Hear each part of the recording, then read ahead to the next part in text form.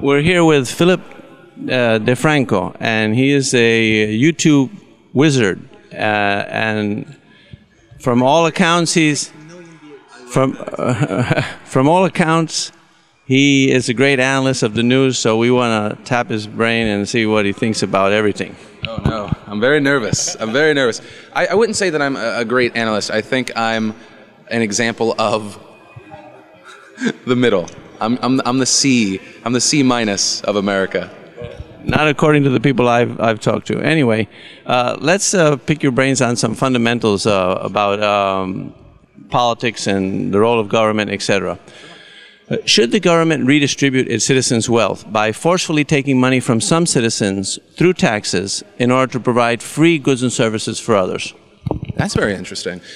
I think it's because I come from a place where I've always had taxes that I've never really thought of anything different. Are you thinking? No, I'm not talking about no taxes. I'm talking about no redistributive taxes. So the issue isn't whether the government should tax the citizen to provide them for defense or for the police or for the courts, but the issue is whether the government should tax the citizen one citizen or one group of citizens in order to give money to others for free services and benefits. That's the issue. Right. Definitely. I think being here, it's definitely made me see it a little differently. I come from a very, I wouldn't say poor, I would say low-income family. And so we always had a hard time getting health care. My dad and I both have PKD, and so it's pre-existing conditions. And so health care was always a big issue with me. I also, though, grew up hating rich people, just blindly. No reason, just, oh yeah, that person has a lot of money, they're probably the worst person in the world. Growing up and then having my own success, I've realized that some people are, but not all of them. That makes, yeah.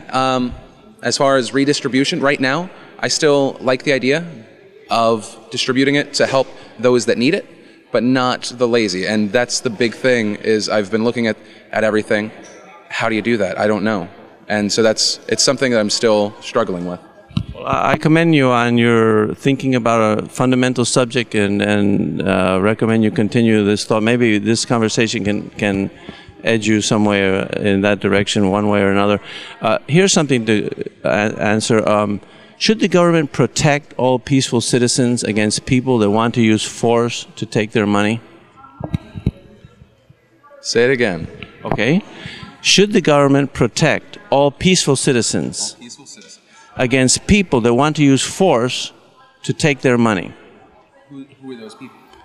Are there people in our society that are not like you, that want to render a service in order to get money, but they want to use force to take other people's money? Do we have such people in our society? I have not met anyone that has forced me. Do armed robbers force people to give them their money? Yes. So there are such people in our society. Yeah, you're aware of that there are that kind of people, right? Okay, well, there's other people that would like to, that are not brave enough to stick you up with a gun, but would prefer to organize politically, pay lobbyists to pay big campaign contributions to force the taxpayers to give them money. For example, the farmers. So the farmers get large subsidies from the taxpayers. Often the farmers are millionaires. And how do they achieve this? They didn't go with shotguns to your house. They said, we got a better way. We don't have to risk our neck, holding these people up. We can get some lobbyists, persuade some congressmen enough to vote for this, tell them that we'll support them financially and vote for them if they do it, and then we can get free money from the government for not farming. Isn't that great? So you're putting the two together. Well, they are the same in this sense. Both of them want to use force to take money from other people in exchange for nothing. One group, the armed robbers, do it directly with a gun to your head or to your chest. The other group organize politically and use the government to extract your money so that they can get it. But they both, in their heart, are the same.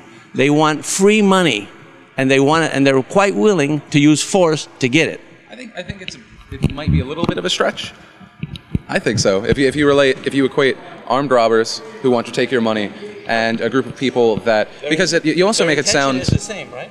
Well, I think you also make it sound like all farmers are rich, which I think if you take a no, I don't. No, whether they are rich or poor is irrelevant. Some robbers are rich, some robbers are poor. The point is that they want to use force to take other people's money. They don't want to get the consent of the person who they're asking the money from. They want to force them to give it to them. They don't want to give something in exchange for the money that they're receiving. The robber doesn't give you something in exchange for the money that he wants from you. The farmer is not willing to give you anything in exchange for the money that he wants the government to take from you and give to him. He just wants free money. I'm going to disagree.